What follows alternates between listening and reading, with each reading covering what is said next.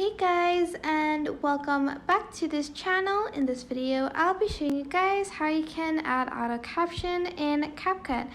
So what you're going to want to do is you are going to go to text, and then you are just going to select auto captions, and then you are going to select language 2. It is available in English, Japanese, Korean, Portuguese, Russian, Indonesian, Spanish, I can't still pronounce that, so sorry. Italian, French, Turkish, Chinese, Dutch, Vietnamese, Thai, Malay, and Romanian. And I'm just going to select English, press continue, and it's going to just automatically create auto captions.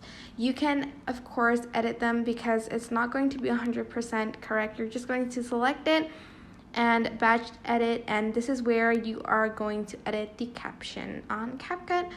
That is it. I hope this tutorial was helpful for you guys. Don't forget to like, comment, share, and also subscribe to this channel if you haven't done that.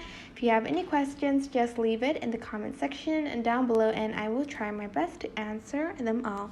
Thank you so much for watching. Bye!